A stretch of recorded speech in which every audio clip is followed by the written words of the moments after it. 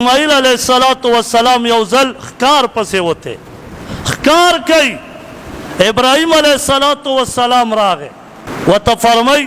ګیټ یې وټاکاو زنانه ته فرمای وای کور کې سړی خاوند دې څه شه وای هغه بهر وتی دی دې زنانه نه پېژنده چې کني دا ابراهیم علیہ السلام دی د فلسطین نه وله راغلی دی خپل بچې دومره خوږ دي ورته فرمایي وایي څنګه وخت تېرېږي وایي بس ګزاره کوو او اسماعیل علیہ السلام خاوند مبارک مې ځي ښکار کوي چې څه ښکار کې میلاو شي هغه پاخه کو وخورو که څه نه نو بس هم نه کور کې بس همداسې ورځ تېره شي نا امیدي وکړه نن زموږ تورسنې نا امیدي کوي تاسو وګورئ د دنیا نعمتونه وله راوړه خو یو ورځ د هغې خبره وممنه ټول عمر به دله پلته ووایي ابراهیم علیه السلام ورته فرمایي وایي ښه چې خاوند دې راشي ورته ووایه چې دا چوکاټ د کور دې بدل کا اسماعیل علیه السلام راغی بیبي نه یې تپوس وکړه بیبي څوک خو راغلي نه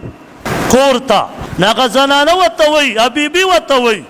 وایي خاونده مبارکه یو سړی راغلی و سپین ږیری بوډا هغه تاسې تپوسونه وکړه ما ورته بس ګزاره غوندې کېږي نو وایي چې لورې درته څه وویل وایي راته یې وویل چې دا کور دا ګیټ دا دروازې چوکاټ دې بدل کا اسماعیل علیه السلام ورته فرمایي یو دوه درې ذاته په ما طلاق د چوکاټ نه مراد دا دی چې ستا دا بیبي دا ناامیدي کوي ناشکري کوي دا چوکاټ بدل کا طلاق یې ورک بیا لږه موده تېره شوه اسماعیل علیه السلام بل واده وکړ بیا څه موده بعد ابراهیم علیه السلام بیا راغی د فلسطین نه مکې مکرمې ته وګوره فلسطین ته ورته فرمایي وی خاوند دې څه شه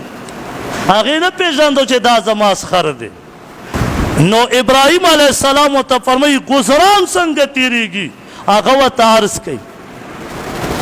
وی بابا اوس پېژنې نه چې دا پیغمبر هم دی او زما سخر هم دی ورته عرض کوي بابا ډېر ښه وخت تېرېږي خاوند مبارک مې ښکار کوي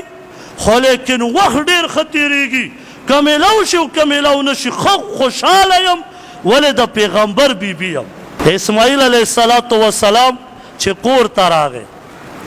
ورته وایي څوک خو راغلی نه و یو بابا راغلی و او داسې تپوسونه وکړه ناشنا خو چې کله تلو یو خبره یې وکړه وایي چې راته وویل چې د دې کور د دروازې دا چوکاټ دا برقرار وساته ورته وایي فرمایل اسماعیل علیه السلام وایي د دې نه دا زما بابا جانو دا ابراهیم علیه السلام او ده ماته د دې مقصد دا و چې چوکاټ دې وساته مطلب ستا دا بیبي ډېره شکرګزاره ده ستا په کور کې به برکتونه وي دا قایمه وساته دا چوکاټ بدل نه کړي او ما یو چوکاټ بدل کړی دی یو زنانه ته مې طلاق ورکړی